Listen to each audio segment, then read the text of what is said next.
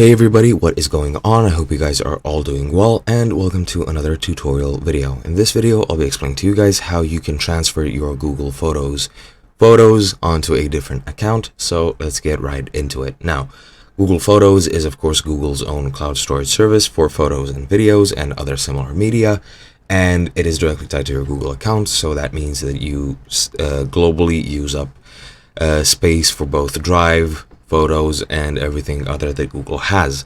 Now, let's say you want to transfer some photos to a different account to save storage or for whatever reason there is, and you have one or a couple of ways to do it.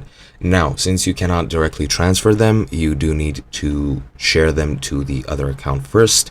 You cannot just send it to them without actually creating a shared repository of some sorts. So let's say you want to share them. If you want to select multiple photos, select one photo. The process is pretty much the same. Let's say I want to select October or Saturday, October 28th, and I want to transfer these items. What you want to do, if it's your account or if it's a friend's account, doesn't matter. What you want to do is just select them and click share. Once you click here, you can create a new group, or you can add a person by name, phone number, email, or create a link and send them the link, and they'll have access to it. Now, once they have access to them, they'll have to download them so that they can actually save them. And once they save them, you can delete them from your account, and everything should be just fine. Now, you can also do this with albums. Just create an album of the pictures that you want to share.